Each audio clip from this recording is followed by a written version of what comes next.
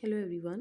Today we are going to start our 7th unit, mensuration and symmetry. In this unit, firstly, we will study about the topic symmetry, which is a topic of geometry.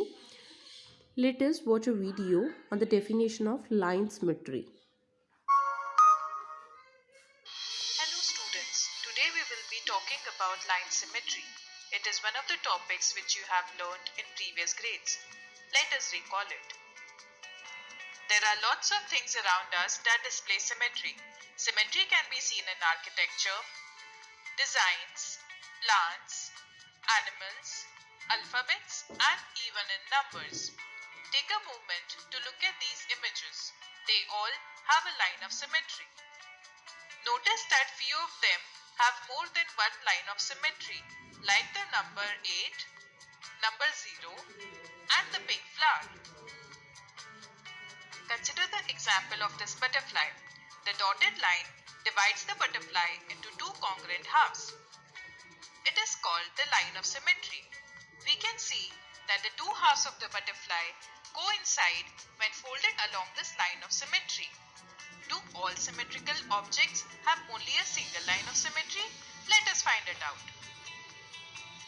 All the objects on the left have a single line of symmetry. The objects to the right have multiple lines of symmetry.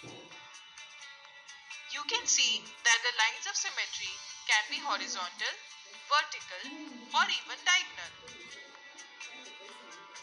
Some figures, like a circle, can have infinite lines of symmetry. Now notice this boy standing in front of a mirror. The right hand of the boy holding the bat appears to be the left hand in the reflection. The mirror line acts as the line of symmetry. Hence, line symmetry is also called as reflection symmetry. Note that when the mirror acts as a line of symmetry, then it flips the object. There are various examples of reflection symmetry in nature. In this image of a ladybug, we see that the right half of the bug is the exact replica of the left half. It displays line symmetry. Look at this photo of the hill reflecting in the water. Notice how the water shows an exact image of the hill. As water creates a reflection, it shows reflection symmetry. We saw symmetry in different objects and nature. However, not all objects are symmetrical. Here we have a parallelogram and a scalene triangle. When a line is drawn in the middle, then the first half does not coincide with the other. Therefore, they do not have line symmetry. Do you think a rectangle also has a diagonal line of symmetry? Pause the video for 10 seconds. Raise your hand to answer. Though the diagonal divides the rectangle into two halves, but the halves do not coincide with each other. Hence, a rectangle does not have a diagonal line of symmetry. So we conclude, a figure has line symmetry if there is a line about which the figure may be folded so that the two parts of the figure coincide. This line of the fold is called the line of symmetry or the axis of symmetry. So students, as you have seen, line symmetry आपने पढ़ा और line symmetry से related कुछ एक examples करी. Line symmetry क्या होता है? A figure has line symmetry if there is a line about which the figure may be folded so that the two parts of the figure coincide. कहते बेटा जो line symmetry होती है, line symmetry उसको बोलेंगे कि अगर किसी भी एक ज्योमेट्रिकल शेप में कोई ऐसी लाइन है कि अगर हम उस लाइन को कट करके फोल्ड कर दें तो वो फिगर को बिल्कुल कोइंसाइड करेगी, मतलब बिल्कुल इक्वल पार्ट्स बनाएंगी. ठीक है, इसको लाइन ऑफ सिमेट्री बोला जाता है या फिर एक्सिस ऑफ सिमेट्री बोला जाता है. दूसरा होता है reflection symmetry. Reflection symmetry means a mirror line act as the line of symmetry that divides the figure into two identical halves. कि जैसे आप मिरर में अपनी फ़ोटो देखते हैं तो वो हमें दो इक्वल हाफ्स में डिवाइड करती है.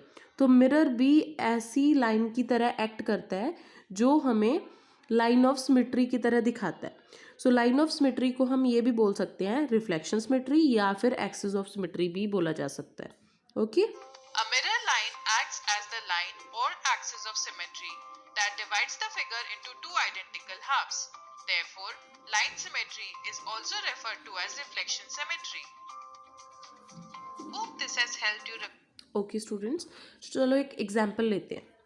जैसे ये देखिए, मेरे पास आपकी बुक में भी एग्जांपल्स होंगी ये वाली, कि हम इस चैप्टर में पढ़ेंगे सबसे पहले पॉलीगन्स की सिमेट्री के बारे में, कि पॉलीगन्स में कितनी लाइंस ऑफ सिमेट्री होती है।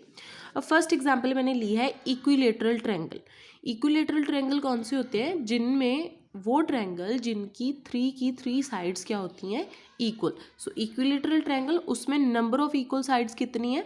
3। अब चेक करते हैं लाइन सिमेट्री।